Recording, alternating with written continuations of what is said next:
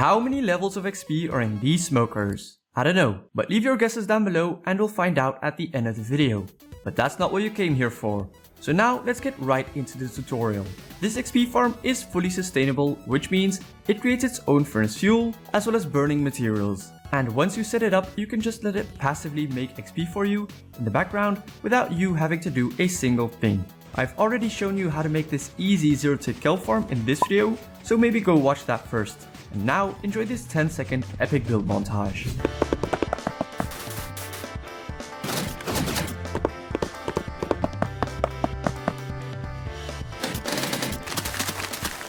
And there we go. If this isn't big enough for you, you can build it even longer in that direction. So now let's equip it with the XP maker. Here's what we're gonna need. And if you're new here, a sub would be amazing. Okay, so right now we don't have any sort of collection system going on yet. As you can see, the kelp is just simply flowing onto the ground right here. So that is the first thing that we're gonna be taking care of.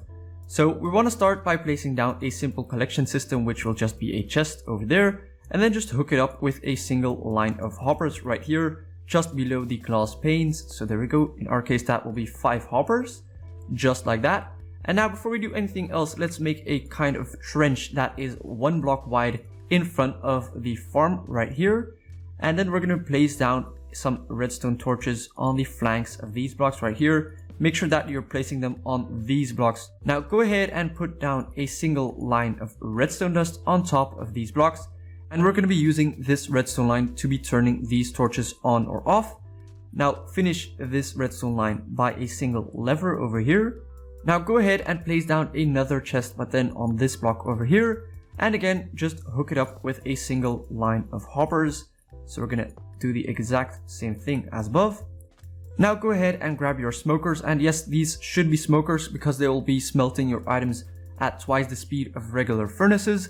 And place them down on top of these hoppers, just like that. And before I forget, maybe let's put a crafting table over here. You'll see why we're going to need that in just a second. Now go ahead and hook up these smokers over here with their respective hopper, which will be pulling items from the hopper line above here. This hopper line is going to be overflow protection. I'll just demonstrate that to you in just a second. So there we go. Now we have all of our hoppers in place. We now need to supply our smokers with some furnace fuel. Now I did say that this farm was going to be self-sufficient.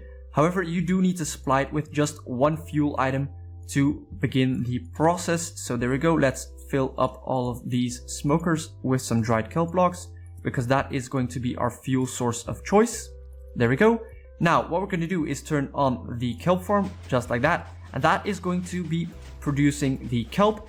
These hoppers over here are going to be pulling the kelp from this hopper line and putting them into the smokers.